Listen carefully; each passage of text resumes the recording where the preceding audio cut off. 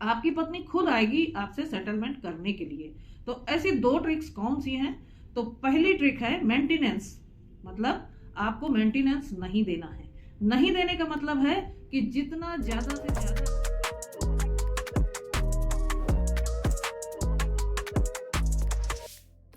राधे राधे, स्वागत है आपका मेरे चैनल पर। तो आज मैं यहाँ पर आपको दो ऐसी ट्रिक्स देने जा रही हूँ जिनके उपयोग से, जिनको लगा के आप अपना केस यूं चुटकियों में जीत सकते हैं। बस आपको थोड़े पेशेंस की जरूरत होगी। आप बिल्कुल हड़बड़ाइए नहीं, बिल्कुल परेशान मत होइए। जो पत्नियां झूठे मूठे 498A और DV 125 मेंटेनेंस जो अब धारा 144 BNSS के अंतर्गत होता है, तो इन सब का उपयोग करके आपका पूरा हरासमेंट का पूरा प्रोग्राम तय कर देती हैं और बहुत दिन तक आपको हरास करती रहती हैं। तो ऐसी पत्नियों के लिए आपके केस को अगर आप अच्छी तरीके से समझें और उसमें ये दो ट्रिक्स का इस्तेमाल करें, अपने एडवोकेट से, अपने वकील से आप ये कहिए कि इस तरीके से आप इस केस को लड़िए, ये चीजें इसमें ये धाराएं इस्तेमाल करिए, तो आपको बहुत जल्दी और राहत मिल जाएगी। आपकी पत्नी खुद आएगी आपसे सेटलमेंट करने के लिए। तो ऐसी दो ट्रिक्स कौन सी हैं? तो पहली ट्रिक है मेंटेनेंस, मतलब आपको मेंटेनेंस नहीं देना है। नहीं देने का मतलब है कि जितना ज्यादा से ज्यादा आप खींच सकें और जितना कम से कम मेंटेनेंस आप दे सकें उतना कम करवाइए। तो ऐसी स्थिति में वो परेशान होके आपसे सेटलमेंट करने के लिए तैयार हो जाएंगी। तो वो कैसे होगा मैं आपको बताती हूँ।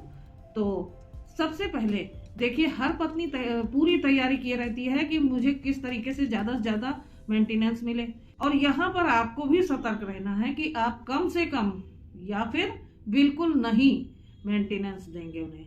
तो अगर आपके ऊपर बच्चे की लायबिलिटी है, उसकी फीस वगैरह देनी है, तो आप डायरेक्ट स्कूल में जाके उसकी फीस को भरेंगे और पत्नी के हाथ में आप पैसा नहीं देंगे। उसका नतीजा क्या होगा कि पत्नी सेटलमेंट करने को तैयार नहीं होगी। देखा गया है, देखिए हर केस में सेटलमेंट होता है, और वो चाहे साल भर में हो, चाहे 10 साल में हो, चाहे 5 साल में हो, चाहे 20 साल में हो, लेकिन आखिर में सेटलमेंट ही होता है। कि पहले एक वीडियो डाल रखा है कि आपको कम से कम सेटलमेंट देना पड़े, उसके लिए मैंने बहुत सारे पॉइंट्स बताए हैं अपने वीडियो में, तो आप उस पर जाके देख सकते हैं और उसका उपयोग कर सकते हैं। आपको पता ही है कि जो पैसा आप दे रहे हैं, जो मेंटेनेंस आप दे रहे हैं, उसी से आपकी पत्नी आपके ऊपर झूठे मूठे केस लगा के और निरंतर टॉर्चर कर रही है। तो ऐसी स्थिति में आप खुद को टॉर्चर करवाने के लिए अगर आप उसको आराम से मेंटेनेंस देने लगते हैं तो उसे भी क्या प्रॉब्लम है, लड़ती रहेगी। और जब अच्छा मेंटेनेंस उसको मिल रहा है तो वो कभी भी सेटलमेंट करने के लिए तैयार नहीं होगी। वो चाहेगी कि केस जो है वो लंबा चले और उसे सेटलमेंट मिलता रहे, ना कोई जिम्मेदारी उसके ऊपर, ना कोई उसको सास ससुर की चिंता, ना किसी की, ना आपकी चिंता, ना किसी जिम्मेदारी से लेना देना। तो ऐसी स्थिति में पैसा भी मिल रहा है, मौज करो। तो ऐसा आपको बिल्कुल भी नहीं करना है। अब आपको इस बारे में मैं एक और जानकारी दे दूं कि जब कोविड आया तो उस समय बहुत सारे सेटलमेंट हुए। आप जानते हैं क्यों?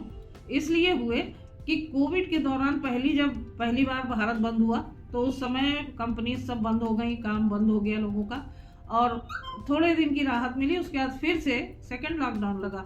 इस तरीके से एक बहुत लंबा पीरियड हुआ। लोगों के रोजगार चले गए, बहुत सारी कंपनियां बंद हो गई और लोगों को पैसा मिलना बंद हो गया। तो कोर्ट्स में इस तरीके की एप्लीकेशंस आने लगी कि मेरा मतलब अब मेरी कमाई नहीं है, मेरी नौकरी चली गई, मेरी कंपनी चली गई, मेरे पास मेंटेनेंस के देने के लिए पैसे नहीं है, इसलिए इस पीरियड के जो मेंटेनेंस की धनराशि है उसको माफ किया जाए। तो ऐसी स्थिति में क्या हुआ कि बहुत से लोगों का 50%, किसी का 25%, किसी का पूरा स्थितियों परिस्थितियों के हिसाब से केस की माफ कर दिया गया।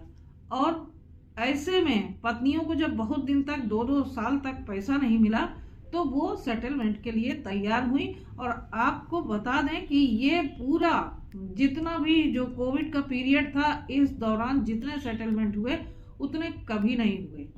तो अब आपको समझ में आ गया होगा कि सारा खेल पैसे का है। अगर मेंटेनेंस हटा दिया जाए इन सब झगड़ों के बीच में और एलिमनी हटा दिया जाए तो शायद मेरे ख्याल से तलाकों की संख्या जितनी है उससे 10% रह जाएगी, जो कि जेन्युइन होगी और उन महिलाओं को इसका लाभ भी मिलेगा। और इस तरीके से ये झूठे झूठे केसेस की जो बाढ़ आ रखी है वो नहीं होगी।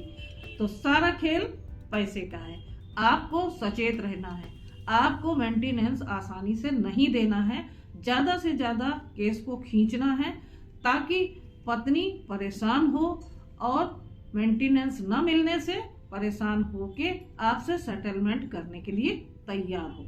अब दूसरा पॉइंट है, धारा 144 बीएनएसएस के अंदर पति और पत्नी दोनों को अपना इनकम सर्टिफिकेट वहाँ दाखिल करना होता है कोर्ट में। और ऐसी स्थिति में पत्नियां क्या करती हैं कि जब अपना एफिडेविट दाखिल करती हैं तो वो पूरा का पूरा झूठ का पुलिंदा होता है, उसमें हर चीज़ वो झूठ, नौकरी करती हैं और लिख देती हैं कि मैं नौकरी नहीं करती हूँ, या फिर वो सच में नौकरी छोड़ के आपसे मेंटेनेंस ज़्यादा से ज़्यादा वसूलने के लिए इस तरह का काम भी करती हैं और दूसरे अपने एसेट्स की चर्चा नहीं करती हैं उसमें। और इसके अलावा तमाम सारी ऐसे चीज़ें लिख देती हैं कि मैं तो बेसहारा हूँ, मैं भटक रही हूँ, मुझे खाने को नहीं, मुझे पहनने को नहीं, मुझे कोई छत नहीं नसीब है। इस तरीके की बातें वो अपने एफिडेविट में लिखा करती हैं और उसका उद्देश्य यही होता है कि आप ज़्यादा से ज़्यादा उन्हें मेंटेनेंस दें। तो जैसे ही पत्नी ये एफिडेविट देती है तो अब आपको क्या करना है, ऐसे में आपको 379 बीएनएसएस के एक पिटीशन अपनी पत्नी के अगेंस्ट तुरंत फाइल कर देनी है। अब कोर्ट द्वारा उसे बता दिया जाएगा कि आपके खिलाफ 379 बीएनएसएस का पिटीशन डाल दी गई है, जो कि आपके झूठे एफिडेविट के खिलाफ और इसके अलावा आपके झूठे एविडेंस देने के लिए 227 बीएनएसएस और 233 बीएनएसएस झूठी गवाही देने के लिए लगाया गया है। और अगर ये साबित हो जाता है तो फिर आपको सजा हो जाएगी। तो ऐसी स्थिति में अब देखिए, वो पत्नी जो कि पति को जेल की सलाखों के पीछे देखने की हसरत लेके यहाँ आई थी, वो एकदम से घबरा जाएगी। क्यों? क्योंकि कोई महिला जेल नहीं जाना चाहती, वो अपने ससुराल पक्ष को पूरा जेल में देखना चाहती लेकिन खुद जेल नहीं जाना चाहती। वो सारी चालाकी इसीलिए करती है कि ये दूसरा पक्ष जो है वो जेल में जाए, सजा काटे, उससे पैसे दे और वो आराम से अपना जीवन बिता सके। तो ये सारी चीज़ें जब उसको समझ में आ जाएंगी कि झूठा एफिडेविट दिया है, क्योंकि वो सब कुछ उसका झूठ का धंधा शुरू से ही चलना शुरू हो जाता है।